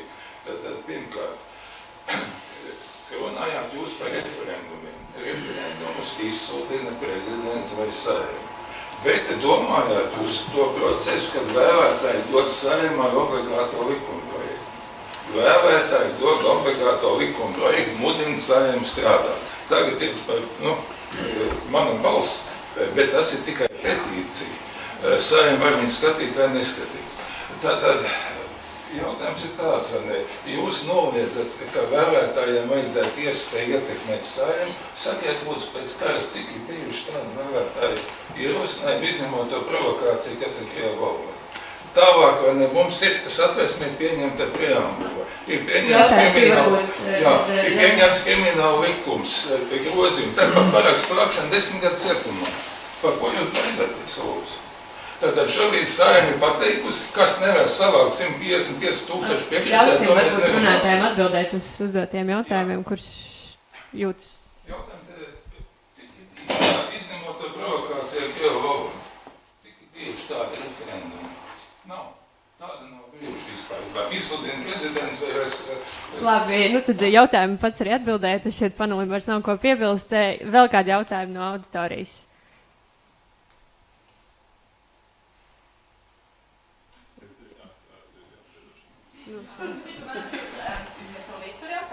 Man ir jautājums par apgaismotu tautu, protams, ka es arī teorētiski atbalstu domu, ka cilvēkiem ir jāsaprot, par ko viņi balso gan vēlēšanās, gan referendumos. Mans jautājums ir, vai tu redzi kaut kādu citu veidu, kā iedzīvotāji iegūst sevī pietiekamu motivāciju mācīties un apgūt šos bieži vien sarežģītos jautājumus, kā vien līdzdarbojoties, proti referendumu kā demokrātijas skola, kas arī izveidot apgaismoto publikumu. Jā, es domāju, Roberts Zāls mums priecīgs, viņš gan jau ir viņa saulē no 2014. gada, bet kā mēs te viņu teorijā aizskaram. Apgaismotā izpratne, tas ir viņa termins, jā, lai nebūtu tā, ka es kaut ko jaunu paziņoju. Te man jāatgriežās pie cita Latvijas esoša teorētiķa Šķiltera profesora arī Latvijas universitātē, kurš pasniedz kognitīvās zinātnes, ja, kas ir tāds, neteiksim, izstrojums, bet daudz nozaru pieeja, kas pēta to, kā mēs domājam. Tad psiholoģijas un komunikācijas zinātnes sajaukums varbūt vēl kaut kāds cits nozars. Un, diemžēl, tur, klausoties Šķiltera lekcijas, es kļuvu arvien pesimistiskāks. Un es skumstu par to, ka Latvijā ne visiem ir pietiekams zināšanas. Un, protams, mērķis ir virzīties uz šo, lai sabiedrība būtu tik izglītot par svarīgiem jautājumiem, ka viņi tiešām saprot, ko viņi dara, un arī piedaloties referendumā tai skaitā. Bet par drusiņu arī, ja drīkst arī, ko Marija teica par šiem kampaņām, diemžēl mēs redzam, SKDS pētījumi rāda, ka daļa Latvijas sabiedrības dzīvo tikai Krievijas televīzijā. Ir tāds atbildes, ja? Tad skatās tikai, tā ir mazākā daļa, es precīzi skaitli neatceros, bet tomēr tad ir daļa, kas dzīvo pārsvarā Krievijas televīzijā. Un tad mainās, ir tāda paša būs arī, kas ir tikai Latvijas televīzijā, arī, protams, arī neliela daļa, un tomēr, kā viņus sasniegt, un kampaņas, protams, ir vajadzīgas, bet runājot par, arī politiķi ir šajā, arī riska grupa joprojām, arī uz viņiem var atstāt kaut kādu negatīvu ietekmi, bet tomēr, politiķi, maļās pa Saeimu, tur tomēr uz komisijām nāk eksperti uzstājās. Plašā sabiedrība neklausās tik daudz lekcijas. Diemžēl, es tā vēlētos, bet es uz šo skatos kā uz tādu ideālo mērķi, uz ko jāvirzās, bet no kur ir diezgan tālu un blakus mums ir Krievija, kas ir aktīvāka par dažās situācijās par mums pašiem noteiktā auditorijā. Kā viņai tik klāt? Diemžēl Latvijas politiķi tie, kas latvieši, arī pārsvarā runā tikai savu elektorātu. Ir liederības koeficients svarīgs labs. Jā. Nevajag jau iztērēt pārāk daudz enerģiju, ja tev var ievēlēt. Un te ir jādomā, protams, ka līdzdalībai jā. Es vēlreiz vēlos akcentēt līdzdalībai jā, bet nevienmēr tas būs saistīts ar daudz referendumiem. Pārējiem varbūt ir ko piebilst. Es piebildīšu, man ir jāatvainojas, ka es uzurpējos, bet man ir, diemžēl, privāti apsvērumi dēļ jāiet projām pēc 5 minūtēm, bet es nerunāšu visas 5 minūtes, nebaidieties. Esiet mierīgi. Man bija drīzāk pašam jautājums, es, kā saka, uzurpējot moderātoru funkciju. Pāri, kā saka, mūsu šķirtnei par argumentiem. Tas ir jautājums Marijai un Laurim.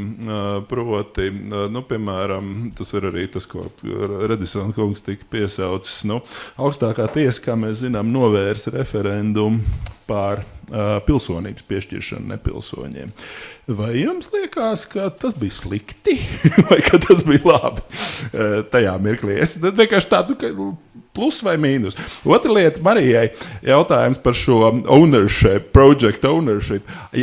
Vai ir iespējams saskatīt arī ar tādu daudz maz objektīvu aci kaut kādas pazīmes, ka referendumu Latvijas situācijā tiešām kaut kādā veidā palielina šo sabiedrības project ownership? Jo, ja mēs tā paskatāmies, kas ir noticis, tās referenduma vilnas sākās 7. 8. gadā, vai ne, kad sāka tur sniegt tos priekšlikums, un tad tur bija arī viss tas stāsts par tiem Satversmes grozījumiem pensijām, un tad tur Zatlers burvīgi, vai ne, un tā tālāk, un tā tālāk. Bet tas kaut kā tiešām ir tāda pārliecība, ka tas kaut kā tā kā veicina to sajūtu, ka ir tas ownerships no tā nāk, ka mēs esam kaut kādā ziņā vairāk kļuvuši owners of the project tajā. Jā, es varbūt sāku pavisam ātri par to komentāru par tiesām. Noteikti var piekrist tam, ka tiesas spēlē kritisku lomu demokrātijā un tātad ideālā pasaulē tās novērš patvaļu, kas varētu rasties sabiedrībā zinām emocionālu afektu dēļ. Ja, piemēram, iedomāsimies, teiksim, atkal ir kārtējais, to kriminālisti ļoti labi vienmēr zina, tik līdz ir atkal kāds noziegums pret kādu mazāk aizsargātu sabiedrības pārstāvu, teiksim, bērnu, kādu sirmgalvi, tā uzreiz cilvēki prasa asinis, jo tiesa līdz tai lietai nonāk pēc 1,5–2 gadiem, bet cilvēki grib asins tūlīt. Un tāds fiks referendums par to, ka vajadzētu kastrēt, piemēram, visus dzimumu noziedzniekus un vēlams turpat un neasu nāzi, varētu tikt, es atvainojos par tik brutālu piemēru, bet varētu tikt izvirzīts. Un iedomājieties, cilvēku afekta stāvoklī vienā brīdī patiešām skrien un savāc to nepieciešamo balsu skaitu. Vai, piemēram, arī, ja mēs skatāmies socioloģijā, lielākā daļa iedzīvotāju nevienā rietumu valstī neuzskata, ka nāves sods būtu atceļams un neuzskata, ka nāves sodu nevajadzētu piemērot. Tāpat laikā lielākā daļa, starp citu arī Krievijā ir moratorijas, ir atcēluši vai nepiemēro nāves sodu. Ja, tātad skaidrs, ka tiesas ir tās, kuras mūs, zinām mērā, tātad ir tas racionālais saucējs, kurš mūs atgriež atpakaļ pie saprātīgiem pamatiem, uz kuriem balstās racionāla sabiedrība. Tāpat laikā ir daudz piemēru, un Ivar piemērs ir slikts piemērs, tieši tāpat, kas ilustrē to, ka tiesas mēdz būt hiperkonservatīvas, pārmērīgi tātad konservatīvas, un tās bieži vien grib saglabāt esošo kārtību, tāpēc, ka tā ir tiesu sūtība. Katalonijas referendums nenotiek, tāpēc, ka Spānijas konstitucionālās tiesa saka, ka Spānija ir Spānija. Te nav valsts, no kuras var Katalonija izstāties. Latvijā būtu piedāvājums par, piemēram, Zilupi. Protams, ka tiesa pateiks nekādā gadījumā. Tas nav pieļaujams, jo Satversme parāda Latviju kā vienotu valsti. Vēl vairāk Satversmes tiesa pat bija ļoti piesardzīga arī attiecībā uz pašvaldību referendumu ideju. Ja, tā tad ir daudz piemēru, kas saka, ka jā, tiesas ir demokrātijā koriģējošais, noturošais, bet bieži vien arī konservatīvais instruments. Līdz ar to es negribētu sacīt, ka tas, ko saka tiesa, vienmēr ir, pēc tā mums būtu jāvadās. Ja. Mēs testējam idejas tiesā, bet rēķinamies, ka tiesas vienmēr būs tās, kuras noturēs valsti tādu, kādu likumdevējs to ir noformulējis. Es gribētu, laikam es par tiesu nepapildināšu, jo es principā piekrītu vairāk vai mazāk tam, ko Lauris teica. Jūs domājat, tad jā vai nē, vajadzēja tai augstākai tiesai? Jā. Konkrēto spriedumu es to pieskaitītu pie tā gadījuma, kurā tiesa piesardzības labad saka drīzāk nē. Ja? Līdzīgi, starp citu, līdzīgi arī tas, ja, piemēram, referendums varētu formāli tātad pieprasījums varētu kvalificēties. Centrālā vēlēšana komisija varētu sacīt, nē, to mēs nevaram. Piemēram, par tādiem ļoti interesantiem jautājumiem es paredz, ka es parauju vaļā Pandoras lādi, bet, piemēram, satversmes kodola apdraudējumi. Kā zināms, tātad satversmē ir norma, kas saka, šeit ir lietas, par kurām mēs nedrīkstam balsot. Tā skaitā oriģinālā tur bija arī dzelzceļu tarifi iekšā. Kāpēc? Tāpēc, ka visi balsos par to, ka dzelzceļu tarifi ir 0. Ja? Protams, viens labs paraugs tādam populistiskiem referendumam. Dzelzceļu tarifs nedrīkst. Ja? Bet nekur tur nav rakstīts, ka mēs nevarētu pašlikvidēties. Piemēram, pateikt, tas projekts ir apnicis, mēs esam noguruši, varam to projektu ciet. Ja? Turpretīm satversmes kodola ideja. Labi, tā piedara, daļai no tādas, var teikt, nedaudz varētu teikt, apgaismotas elites pārstāvjiem, kuri saka, kodols paredz, ka mēs nedrīkstam balsot par savas valsts izbeigšanu vai aizslēgšanu. Ja, un tātad, ja centrālā vēlēšana komisija piekristu kodola autoriem, tad tie šādu referendumu nepieļautu, par ko būtu strīds tiesā. Un tad tiesa izvēlētos, un šajā gadījumā tas ir vairāk tiesību politisks, nevis juridisks jautājums. Tieši tā es arī gribētu sacīt, minētais piemērs ir tiesību politisks. Un viņš piedar pie esošas politiskas doktrīnas, kas, es pieļauju, tiesa skatās uz to kā par šobrīd valdošu politisku doktrīnu. Bet tiklīdz kā uzvar oponenti, tā paskatieties, kas notiek, piemēram, Gruzijā, notika pagātnes izteiksmē, vai Ukrainā vēl labāk. Es teiktu, ka es pilnīgi piekrītu, ka tas bija drīzāk politisks lēmums nekā tīri domājot tikai par tiesībām un teiksim tā, abstraktu taisnīgumu. Es domāju, ka tas droši vien tiešām ņemot vērā Latvijas politisko virzību uz Eiropu un tā tālāk bija pareizs lēmums, bet es arī piekrītu, ka kopumā zināmā mērā tiesas mēdz būt piesardzīgas un pat dažreiz pārāk piesardzīgas.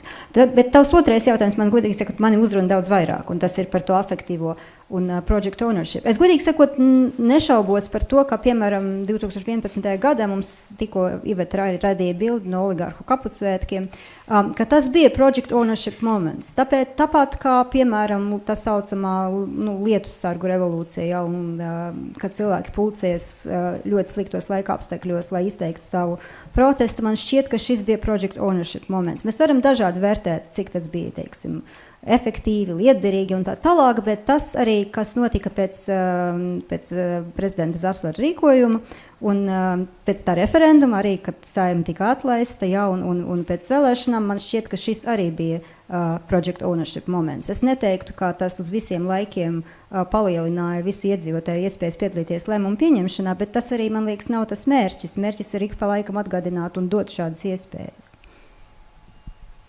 Es varbūt arī viens tāds komentārs saistībā ar to nepilsoņu tiesas lēmumu. Es tā nedaudz palasīju, pirms es nācu šeit, un izrādās, ka 95. gadā mums bija tāds referendums par grozījumiem pilsonības likumā, kas bija tieši saistīts ar nepilsoņu bērnu, par pilsonības piešķiršanu nepilsoņu bērniem, kas man, protams, bija 1 gads, es neatceros neko tādu, varbūt 98. gadā.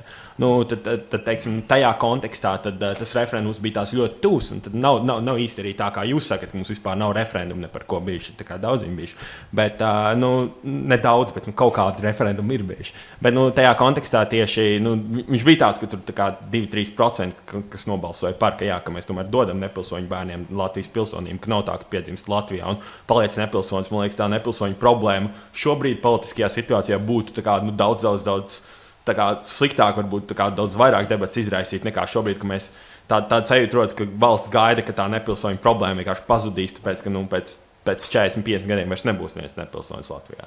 Teorētiski tā. Tad tas interesanti tas, ka referendums tādu lomu spēlē varbūt šīs debatas kontekstā. Tā vai ir vēl kādi jautājumi auditorijai? Jā, tur viens jautājums aizmugurē, lūdzu. Tāds case stadījums varbūt šeit partneri var dokumentēt, proti par pašvaldību referendumiem. Un tas, ko es strādāju, tas gadījums ir tāds. Ir likuma noteikts tāds dabas aizsargājums teritorijas.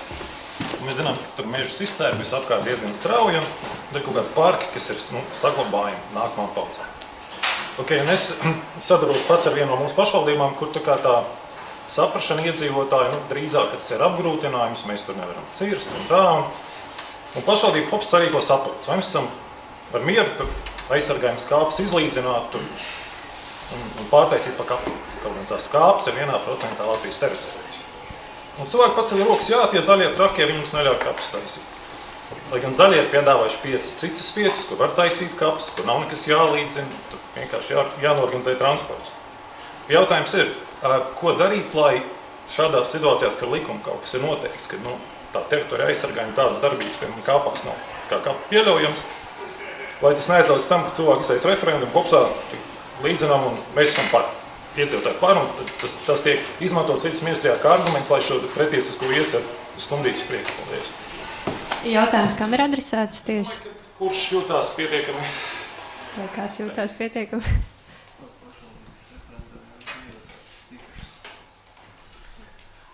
Jā, es jau pieminēju, ka vismaz jūrmalnieki ļoti nopietni skatījās uz pašvaldību referendumiem kā uz iespēju, ar kuru varētu pārkāpt pāri pašvaldības kaut kādām, var teikt, konkrētu finanšu interešu mudinātiem plāniem. Taču pat ļoti tādam vājam instrumentam, kāds bija sagatavots likuma projektā, pat tam nepiekrita Saeimas komisija, nemaz jau nerunājot par plašāku deputātu apjomu. Tā kā, principā, ir skaidrs, ka ir šobrīd, es domāju, ka var arī tā ļoti konkrēti runāt par to, ka Zaļo zemnieku savienība pavisam noteikti, tā interesantā alianse ar zaļajiem zemniekiem ir tā, kura šobrīd nevēlās sagādāt grūtas dienas pašvaldību vadītājiem. Tā skaidrs, ka ir partija, kurā ir diezgan daudz pašvaldības pārstāvētas, arī pašvaldību vadība pārstāvēta, un līdz ar to tas visticamāk varētu tikai tādā īstermiņa prognozē nozīmēt, ka pašvaldību referendumu Latvijā nebūs. Kaut arī kopumā tie varētu būt visnotaļ nekaitīgi, un tie būtu par jautājumiem, kas attiecas uz teritoriālās plānošanas principiem, stratēģiju un tādiem vispārējiem jautājumiem. Labi, paldies par atbildes jautājumu un paldies arī auditorijai par iesaisti. Un tad, tā kā mēs sākām vakaru ar jūsu balsojumu, tad skatīsimies, kā šīs 6 runas vai ir mainījušas auditorijas viedokli. Tad paceļ rokas tie, kas domā, ka jā, vairāk referendumu Latvijā samazina Latvijas drošību. Tātad tie, kas atbalsta to pozīciju, ko aizstāvēs Inti, Jānis un Ivars. Tā, 1, 2, 3, 4, 5, tātad vairāk nekā pirms tam. Un paceļ rokas tie, kas ir savukārt pret, kas nepiekrīt, ka vairāk referendumu ir risks drošībai.